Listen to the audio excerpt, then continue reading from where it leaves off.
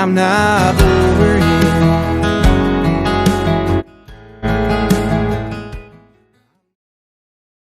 What's good, y'all? It's your boy Mario back at with another video. So today we'll be checking out how the shortest dunker humiliated everyone. So this is talking about Spud Webb, the shortest uh dunker to win the NBA slam dunk contest. He was 5'7". People say 5'6", but I guess with shoes on he's 5'7". But either way, he was short and everything. Yeah, man, that is insane to see how somebody that stature win a dunk contest and actually defeated Dominique Wilkins. That's just unreal, man.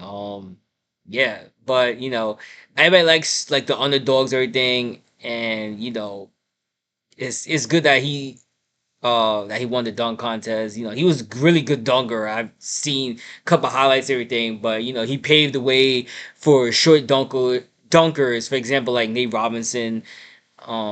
So yeah. But I wanted to dive on into this video right here. This is pretty long video, 34 minutes and 52 seconds. So, I want to check this out right here. But before we dive on in, make sure I give this video a thumbs up. If you're new to the channel, subscribe to the boys. Let's dive on in, man. Quick question, who comes to mind when you think of the best dunker of all time? Vince Carter, LeBron James, or maybe even Michael Jordan? Well, no matter who you thought of, it probably wasn't the third shortest player in NBA history, Spud Webb. But here's the thing, because despite only being 5'7" in height, he became known for his insane dunking ability, from winning dunk contests with ease to frequently destroying his taller opponents by dunking on them in game. Everyone was too scared to defend him. But how did Spud achieve the impossible and literally defy gravity during his legendary career? Well, to find out, we have to go back to 1979. Anthony Jerome Webb, or better known by his nickname, Spud, which was given to him at birth because his parents thought his head looked like the Sputnik satellite, is a junior at Wilma Hutchins High School. I know. Well, I know now that, that they just call him Spud, but when you just said Spud, I thought that was his actual name. I'm not gonna lie. The first time when I heard about Spud and I heard his real name, I was like, oh shit, I didn't know that was his real name. So yeah. But yeah, that's just crazy how he could dunk, man. 5'7". Even though some of his dunk was like basically it's just ridiculous. Like how he's getting up there, bro. I don't think people understand how hard that shit is at his size. It's just unreal. The fact that he was, yeah, you saw the video, he like posterized somebody, like, bro, that shit crazy, bro. And I seen a one where he blocked some guy on the Bulls. I think it was Grant, I believe. I think it was Grant. It was a play where Scottie Pippen passed the ball to, I think it was Grant, and turned around and he looked like he was getting ready to lay up, and Spud blocked it, bro. He blocked his fucking layup, bro. Shit crazy. In Dallas, Texas. However, unlike the other basketball players at Wilma, Spud stands at only 4'11" tall, and despite his clear skills, the coaches at Hutchins refuse to even put him on their junior varsity team. However, when two of their JV players failed their physicals, the tiny point guard was finally given the big break he had been dreaming of. Webb would take full advantage of the opportunity given to him, proving to his coaches that he deserved a spot on their junior squad. Yet, that was likely as far as he was ever going to get at 4'11". But over the summer, something incredible would happen. Not only did Spud shoot up to 5'4", but something else had grown immensely: his jumping ability. The JV guard stunned Wilma's varsity coaches before his senior season with his insane vertical leap. With Spud standing at just 64 inches tall, his now 40-plus inch jump meant that he was literally skying to 2/3 of his height in order to dunk the ball through the hoop. Thanks to this incredible gift, Webb would earn the starting role on Wilma's varsity team, and during the 1980s, He was bro is my height, I'm sure, as well. So like, bro, that's crazy, bro. What the fuck, yo? 5'4", you jumping? The 1981 season, their small athlete continued to Bro, it's amaze my height, everyone. bro. Not only was his ability to dunk drawing in crowds from all over Dallas, but his 26-point per game average was leading his Wilma Hutchins team to W's after W's. And there was a certain someone in the large crowds who was starting to take notice of the true potential of Wilma's tiny point guard.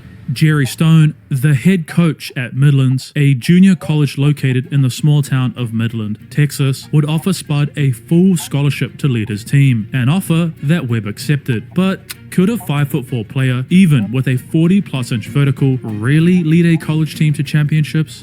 March 22nd, 1982, Coach Stone and his now 5'6" point guard have dominated the 1981-1982 junior college season. While Midlands initially struggled, the team, led by their dunking guard, who had averaged 21 points and 7 assists in each match, found themselves in the junior college national championship game against 34-0 Miami-Dade County. Spud, who during his freshman season recorded 40 dunks, 18 blocks, and most shocking 2 goaltends, would dominate the championship game. While he was the shortest player on the court, his athletic skills meant he was a blur in transition, pushing the pace so fast that he was usually wide open for easy layups. The former JV player entered this title night with an incredible 36 points, a junior college championship, and the finals MVP award. However, could he continue to dominate in their next season and earn a Division I scholarship, or would the 1982-1983 season be his last? As Spud's sophomore season continued, Webb, understanding this was his last chance to earn a scholarship because you can only play 2 seasons at the junior college level, would go out and prove to be more than just a dunker. The Midland star would dramatically increase his assist average to 10.8 per game, and whilst his team failed to repeat as national champions, Spud had succeeded at something else, because Bill Blakely, the head coach at North Texas, a Division I college, had offered the tiny guard a scholarship to his program for his junior and senior seasons. However, Coach Blakely had failed to achieve the expectations set by his employers, and was promptly fired by North Texas after Spud's sophomore season. Not only was the coach who believed in him gone, but the scholarship he had been offered was taken away. Defeated and believing his basketball career was over, Webb would begin to make preparations for a life outside of the game he loved. Spud started to work for his father at Soulmart until one evening when something incredible would happen.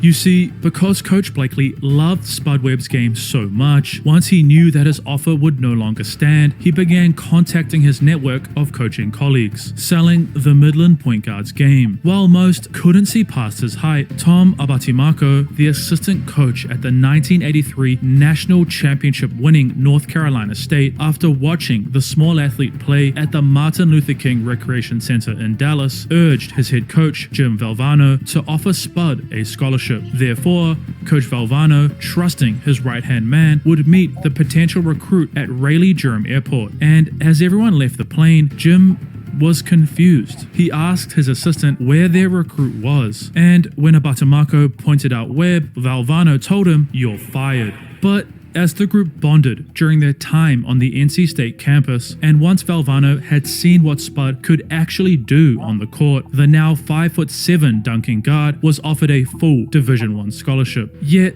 while he had dominated in high school and the junior college level, would his height be a limiting factor against Division I players, or would he continue to decimate defenses? As Spud's junior season began, Webb would start to truly show his potential. His pure speed, combined with his jumping ability, made it almost impossible to keep up with him, coupled with the fact that after the small guard had shown he was capable of not only dunking in practice, but in games, most of his defenders would simply move out of the way when he was near the hoop, because they were scared of getting dunked on by such a short player. In the 33 games the ex-Midland star played, 31 of which that he started, Spud had averaged 9.8 points, 1.9 steals, and incredibly led the whole ACC conference in assists at 6 per game. However, having lost multiple key players from their championship run, NC State would ultimately fail to even qualify to defend their national title. But There was one positive. Spud Webb had gone from barely making his JV team just 4 years ago to now being a single year away from his true dream, the NBA. Now, all the undersized athlete needed to do was show that he could lead his squad to the March Madness tournament. December 27th, 1984, Rutgers has just gone on an 11-3 run, closing the gap and edging closer to a potential upset of the 6-1 NC State. Spud Webb, who had scored 12 points this game, knew as his team's leader he would have to calm his squad down and steer State in the right direction. Therefore, Spud would expertly control the ball as his team looked to run the clock down, and when it was his chance to take free throws after he was fouled, Webb delivered. His impeccable form would gain NC State a crucial 9-point lead, and on the very next possession, this happened. Guess it was. Here's Webb. He stops the Oh my gosh.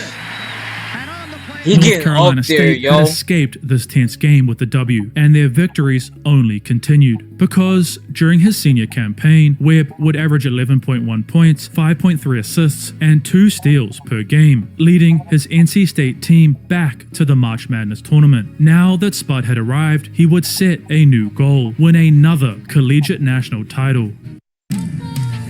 That's what's up, man. Nah, respect to that coach that he believed in him, man. No matter the fact that, you know, even though he was he's a small player, everything, you know, he's short, everything. The fact that the coach saw something in him, like seeing his game and not, you know, his size, everything, that's respect, man.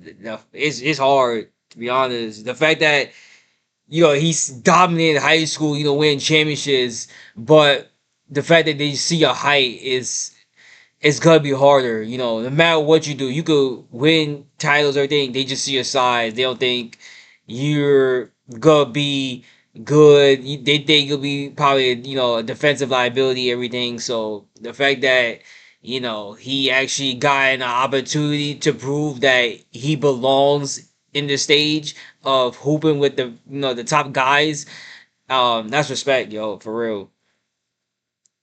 Championship progressed. North Carolina State would beat Nevada in the first round, bowl over UTEP in the second round, a game in which Spud would not only throw down a fast break dunk, but also score 29 points and defeat Alabama in the Sweet 16. NC State was now just 3 wins away from being crowned as champions. However, they had to get through St. John's and their 3 stars, Chris Mullen, Mark Jackson, and Bill Wennington Oh first. shit, that's just Mullen. Coach Valvano, knowing just how valuable his tiny guard was, would only allow Spud to rest for less than a minute during this must-win game. Webb would then repay his coach's trust by pushing the ball at an incredible pace, allowing him to find his teammates for easy buckets, as well as scoring over the outstretched arms of his defenders without breaking a sweat. Yet, St. John's would fight back. Both teams exchanged points as they fought to be crowned as a top 4 team in the nation. However, as the buzzer sounded, it was NC State who would be going home empty-handed. Webb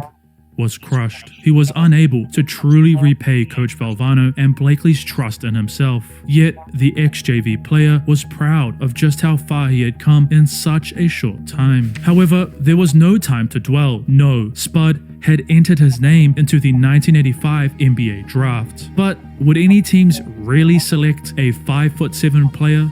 June 18th, 1985, dominant 7-footer Patrick Ewing from Georgetown would be the first selection in the 1985 draft by the New York Knicks, a clear sign of what most NBA teams were looking for. Spud would wait literal hours until the Detroit Pistons selected him in the 4th round with the 87th pick. Whilst Webb was ecstatic to have achieved his NBA dreams, the Pistons already had great point guards and therefore had no use for another. So the former NC State athlete would have to begin his pro basketball journey elsewhere. And that place was the United States Basketball League. A brand new startup competition is where Spud would get his chance. Webb would sign to the Rhode Island Gulls, a team that had another fringe NBA star, 7'7" Manute Bol. Yet, as the 1985 USBL season continued, one thing became clear. Spud Webb was far too good for the minor leagues, and in fact was NBA ready. However, Detroit, knowing that they had no use for another guard, especially a tiny one, would cut Webb from their roster during preseason. But another NBA franchise was interested in Spud's services, because Mike Fratello, a 5'7" ex-football/basketball player from New Jersey, had been watching Webb's career with a keen eye. Given his role as the head coach of the Atlanta Hawks, Coach Fratello would bring the ex-Piston in for a tryout just a single day after he was waived by Detroit, and the Hawks organization had their new signee flown straight into Atlanta for their first preseason game. As Spud stepped foot onto the floor for his initial NBA experience, Mike would give him some advice. Don't worry about anything.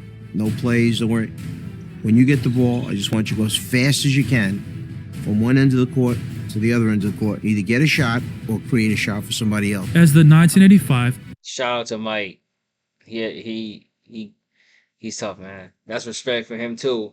You know, he's 5'7" too, so he sees Spud in him. You know what I'm saying? That's 5'7".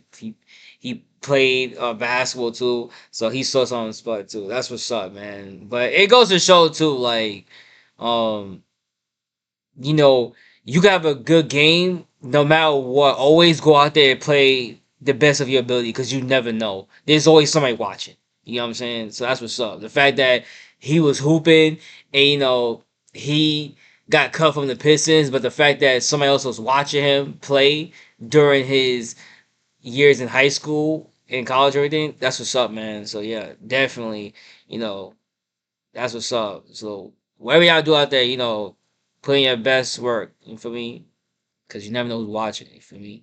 That's what's up. 1986 season preparations continued. The now Atlanta Hawk would average 9.6 points, 6.6 assists, and even managed to rack up 9 steals in an exhibition game before suffering a minor injury. While some in the Hawks organization wanted to cut Spud, afraid that his height would be a limiting factor, Atlanta's superstar Dominique Wilkins, who had won the 1985 dunk contest, would urge his franchise to keep the small guard. The Hawks, impressed by not only Webb's on-court play, but his positive, humble demeanor, would officially sign the former JV player on October 23rd, 1985. And this wasn't the only opportunity Spud was going to run with, because starting point guard Doc Rivers had suffered a wrist injury, which meant Spud Webb would now be starting Atlanta's first regular season match. Not only would the now NBA athlete play his first NBA minutes, as well as record his first points and assists, but Webb would break a record. The Dallas native would officially become the shortest player in the history of the league, and on a fast break, he would rise up and dunk the ball in, shocking not only Atlanta fans, but his Hawk teammates and their organization.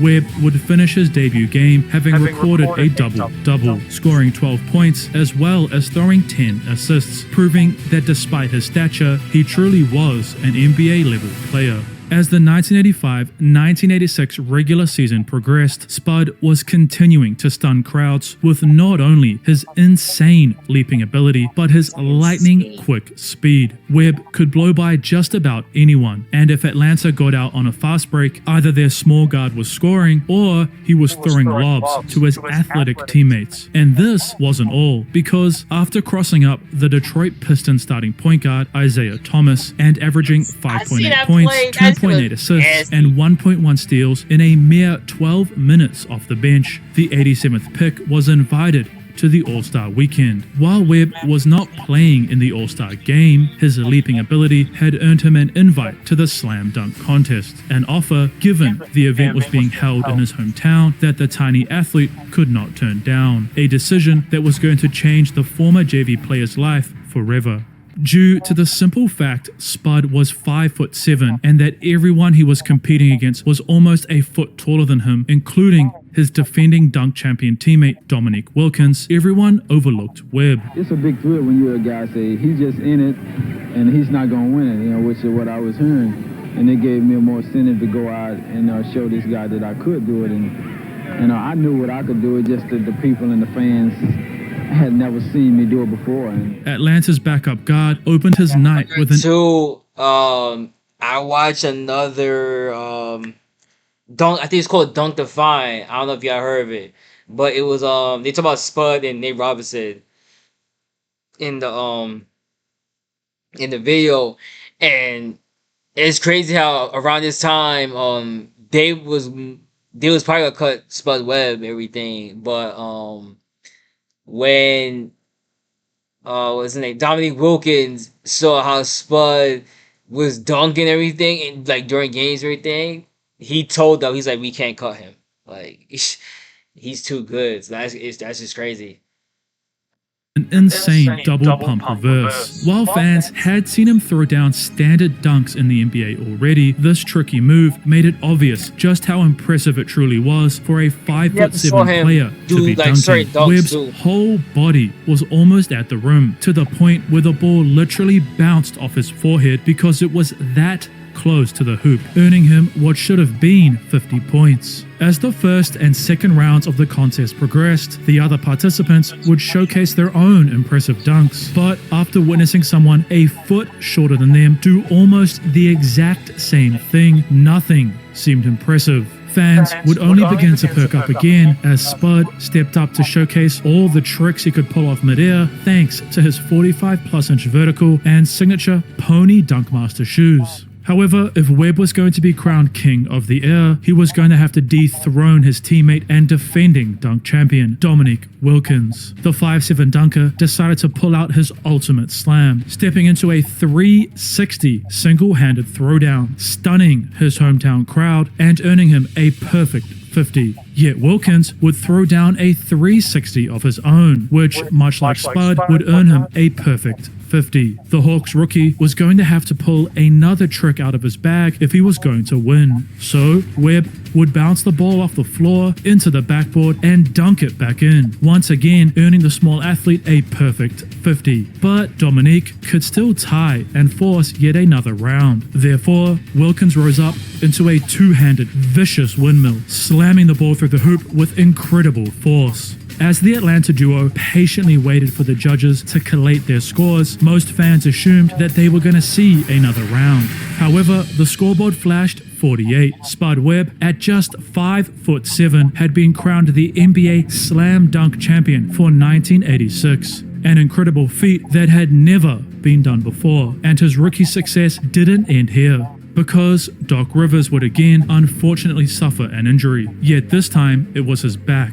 which opened up the starting point guard role for Spud. In his first game back in their starting lineup, Webb would drop 23 points, 13 assists, and 3 steals, leading his Hawks past the Lakers. And this wasn't all. Firstly, 2 nights later against the Cleveland Cavaliers, the Atlanta rookie put in 23 points through 15 assists and poked the ball out twice, guiding his team to a 20-point victory. Secondly, on March 21st, in one of their final regular season games, the undersized player, for the 9th time that season, would record 10+ assists.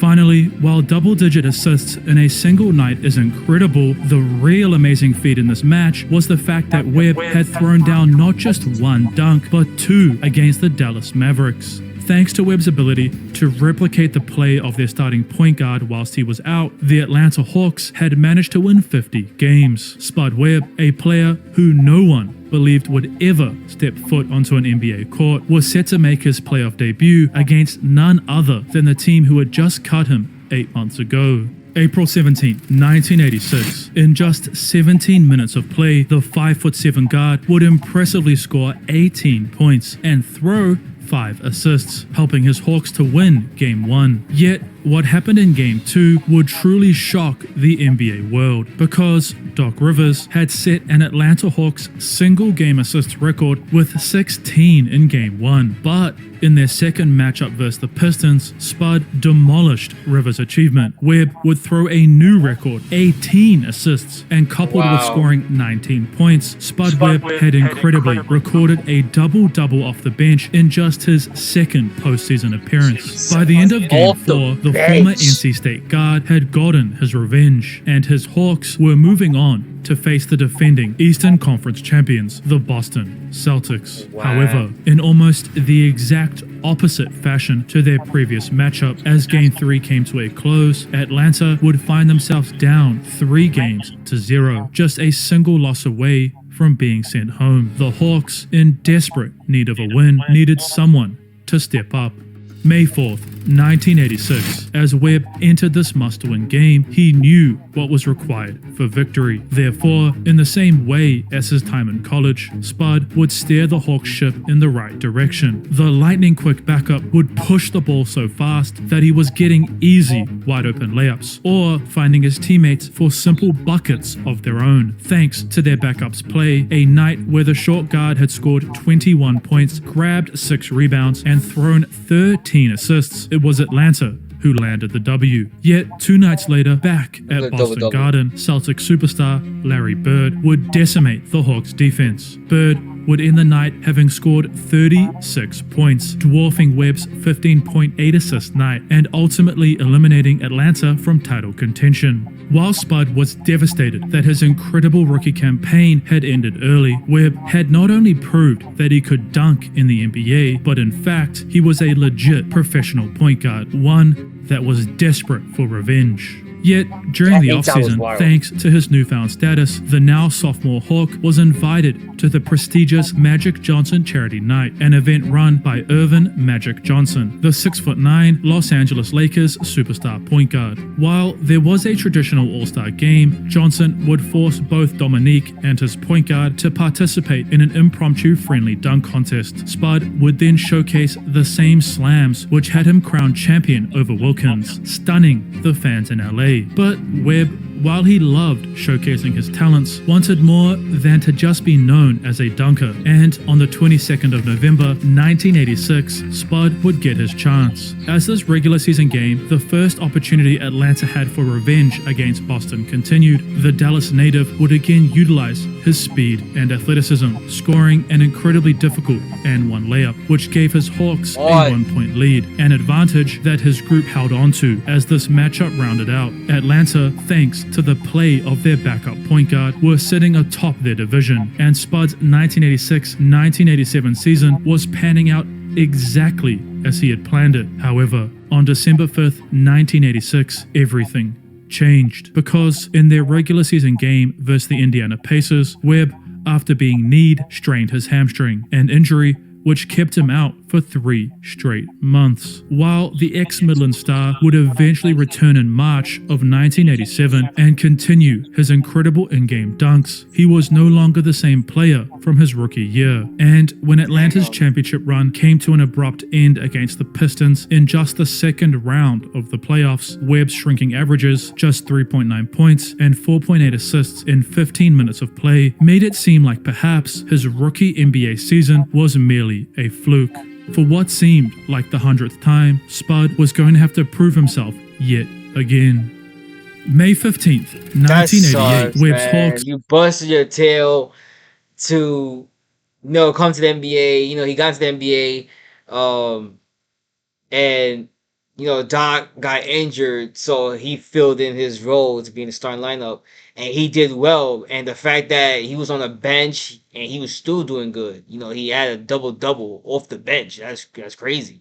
He had 18 assists off the bench, you know what I'm saying, with 19 points. That's ridiculous. And then all of a sudden you get injured now. Now you're not the same player, and now people look at you different because you injured now. It's not like, oh, okay, he's injured, let him give him time, everything. Now they look at you kind of different, like, oh, we always knew he couldn't do it. You know what I'm saying? So it's just, that sucks, man. It's like every game you have to play hard as hell. You really have to play, have double-doubles, be an offensive threat, play defense because of your size.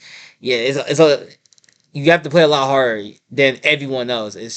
It sucks, but it's crazy.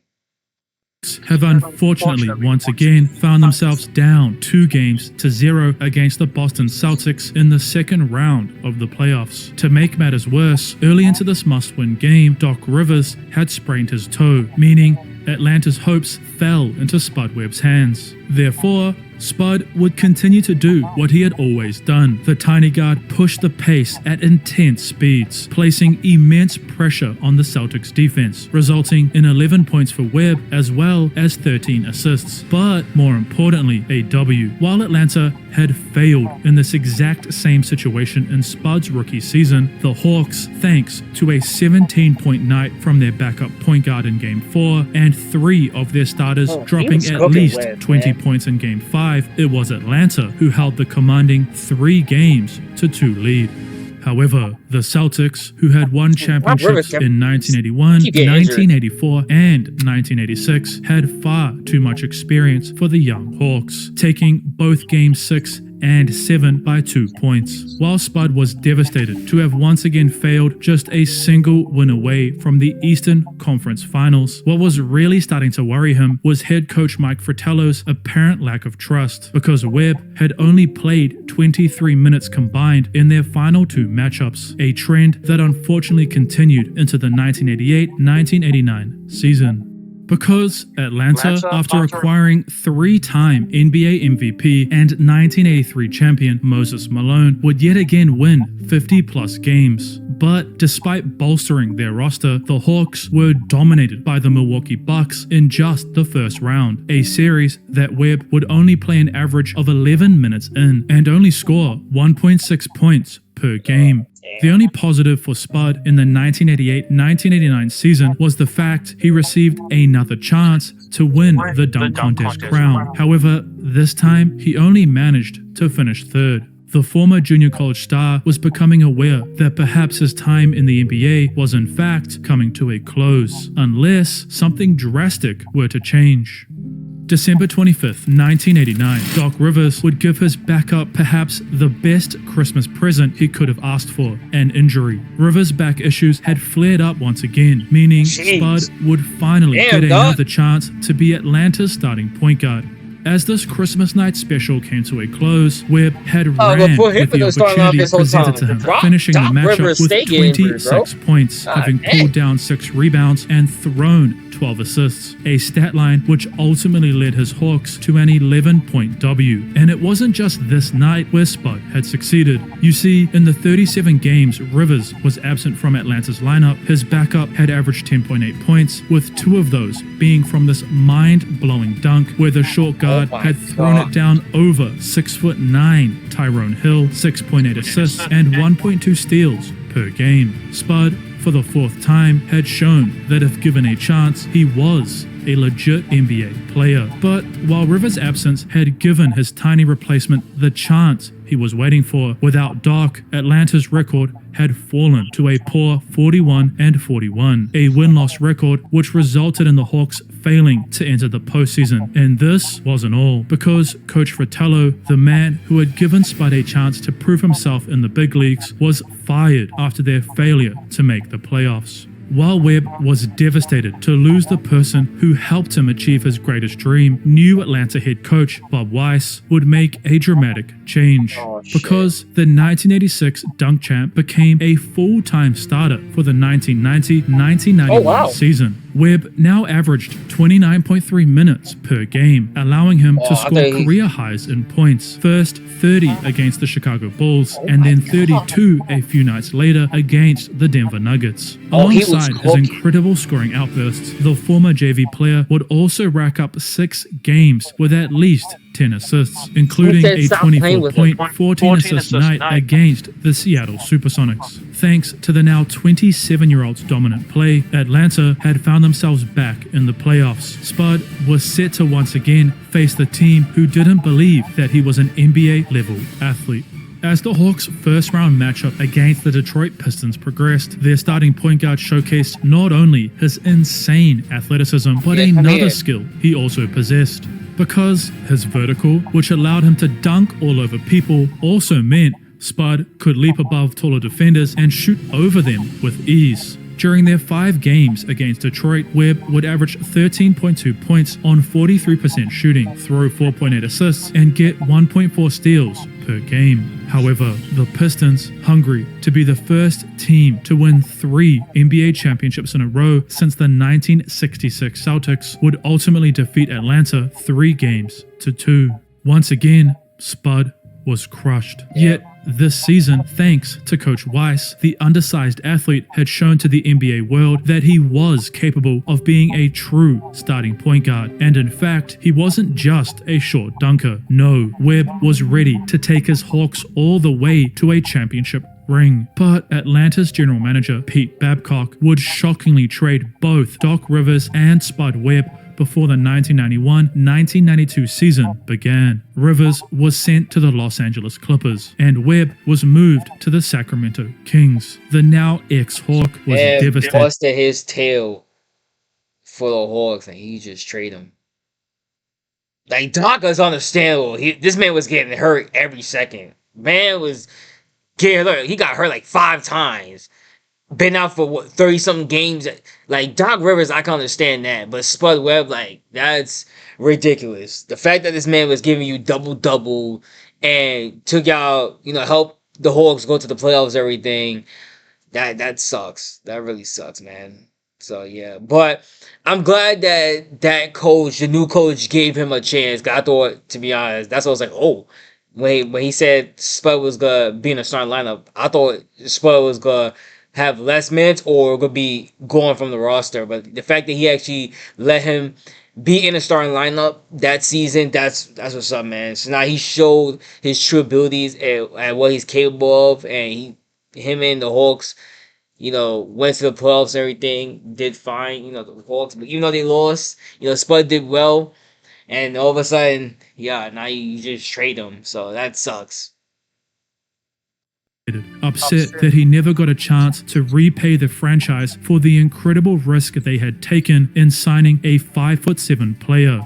Yet, his new situation in Sacramento meant that Webb was never going to have to fight for a starting role again. No, the Kings had brought in the undersized dunker to lead them to new heights. November 1st, 1991, in the former junior college standout's first night wearing purple and black, Spud would impress Sacramento fans and prove the trade their general manager made was genius, because Webb would score a team-high 27 points, whilst also throwing 8 assists and grabbing 6 boards. But this was just the start, as in his second season as a full-time starter, Spud would have career highs in almost every category. The former Hawk would average 16 points, 7.1 assists, and 1.6 steals per game, averages that were made up from 21 games with 20 or more points, as well as 17 nights with at least 10 assists, plus 5 13-assist performances. But the Kings' 1991-1992 campaign can be summed up with their second game that season, because the Golden State Warriors would demolish the visiting Sacramento Kings by an embarrassing 62 points. Due to their horrible play that year, head coach Dick Motta was fired just 25 games in, and Rex Hughes was brought in to replace him. While the Kings had hoped this coaching change would fix their woeful beginning, Sacramento would ultimately end the season with a terrible 29-53 record. Thanks to this horrific result, Sacramento's general manager, Jerry Reynolds, would once again fire his head coach and hire Gary St. Jean for the 1992-1993 season. As Webb's sophomore year with Sacramento progressed, in spite of all the dramas that surrounded his team, Spud would continue to shine. Against the team who had destroyed them a year ago, the former Hawk would score a new career high of 34 points, an insane achievement for an NBA player who stood at only 5'7" tall, and despite nearing his 30s, Webb was still flying high. However, while Spud still being able to slam the ball in was impressive, the Kings still struggled. The moves made by Reynolds had failed to pay off, as the Kings would finish with an even worse 25-win season, and it became clear to Webb that no matter what he did, it would never be enough to save this failing franchise. because as the 1993-1994 season came to a close, in spite of their starting point guard having 12, 10 or more assist nights and recording two 32-point games against the Phoenix Oh, Suns I've and seen that. Los The Angeles Lakers. Lakers, the I've seen Kings the still Lakers one. faltered. Y'all gotta check that out. He had 32 and I think 13 or 12 assists. 32 and 12. I think he had. Yo, I watched that game. I see the highlights of that game with him. Yo, man was cooking the Lakers. There was nothing you could do. I was like, holy crap. Man was getting buckets after buckets after buckets. While they did slightly improve their record to 28 wins, Sacramento was realizing they needed to go in another direction if they were going to turn their organization around. So, management flirted with the prospect of trading Spud to the Orlando Magic. And while this deal never came to fruition, Webb began to understand that his time with the Kings was nearing its end. As once the 1994-1995 season rounded out, a year in which Spud's numbers declined heavily, the Kings finally made a move. Spud Webb was traded back to where his NBA career began. However, despite returning to what felt like home, Webb's decline continued. At 32 years old, the speed, quickness, and leaping ability he relied upon to dominate was fading. And now that he could no longer create for others with his pace, Atlanta found no use for their former starter. So, the ex-dunk champ was traded to the Minnesota Timberwolves. While the Wolves would utilize the 5'7" guard much like the Kings did, with Webb starting 21 of his 26 games, his 9.4 point, 5.9 assist, and 1 steal averages were not enough to earn him another contract for the 1996-1997 season.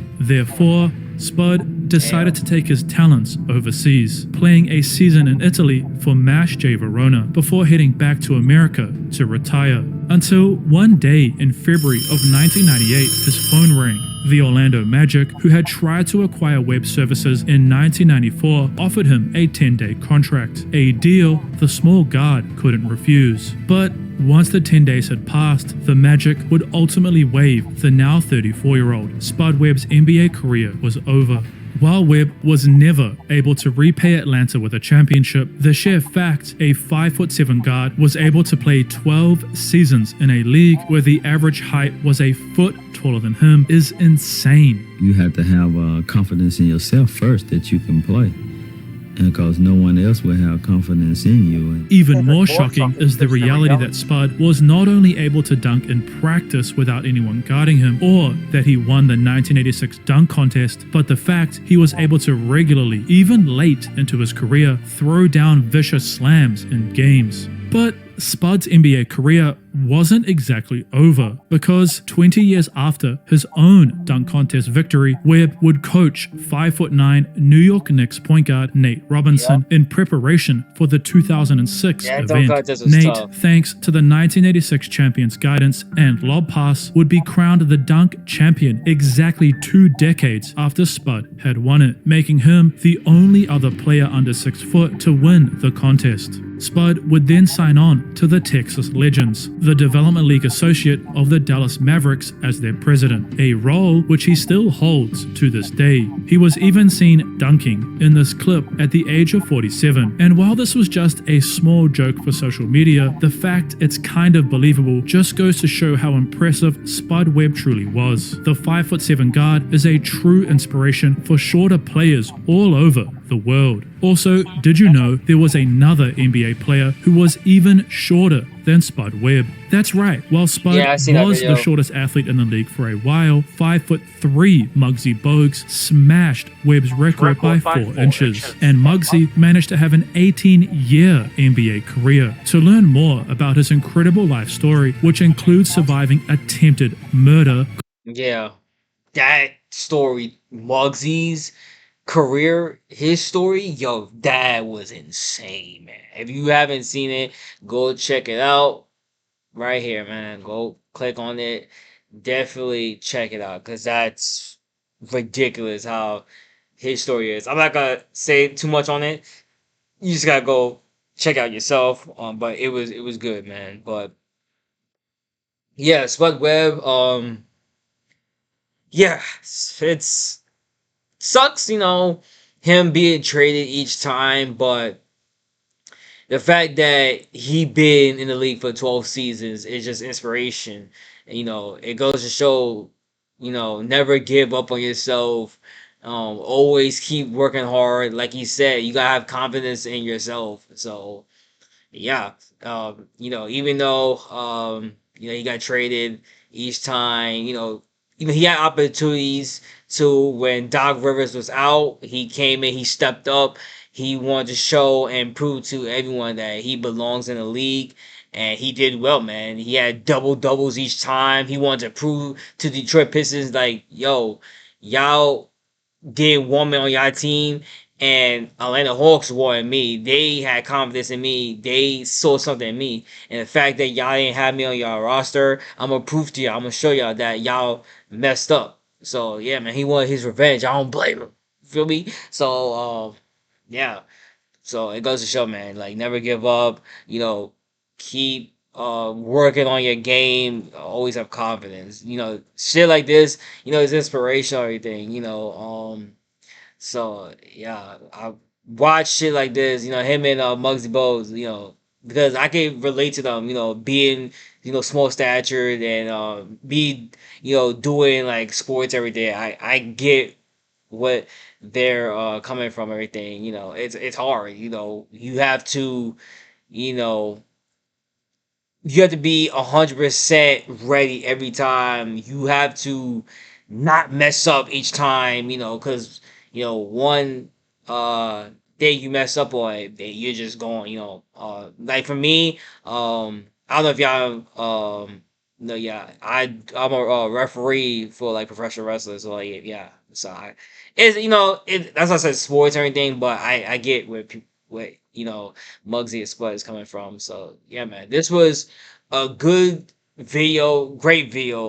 Let me know down in the comments what your thoughts on Spud Webb as a player. Spud Webb as a player though, yeah, definitely check out his highlights. Like he wasn't just a dunker. Like he was actually scoring, passing. He could defend. Like he's an underrated point guard. You really have to look at, to be honest. I feel like, in my opinion, if he was in the starting lineup, you know, um, so he got injured, so he wasn't the same player from what it looks like. But I feel like if he was the same player as how he came in and he was in the starting lineup for a team, I think he could have showed more skills than he actually showed. I feel like his points a game, well, from the Kings with 16 and everything, he probably could have had 18, maybe 20, bro. That's how skilled he was as a player. That's just my opinion. So yeah, you really have to look at his game. It's like, yo, he could have had his points per game could have been higher. His assists could have been higher. He could have been, even better. But it is what it is. But yeah, definitely look at his game, man. He was actually tough, like for real, for real. Like it's not just like, okay, he was good for his side. Nah, he was actually, bro. Definitely check out his highlights for sure. So yeah, let me know down in the comments what your thoughts on Spud as a player. Let me know down in the comments what you want to see next. If you're new to the channel, subscribe to your boy. Have a good day. Stay safe. I'll see y'all next video. Deuces.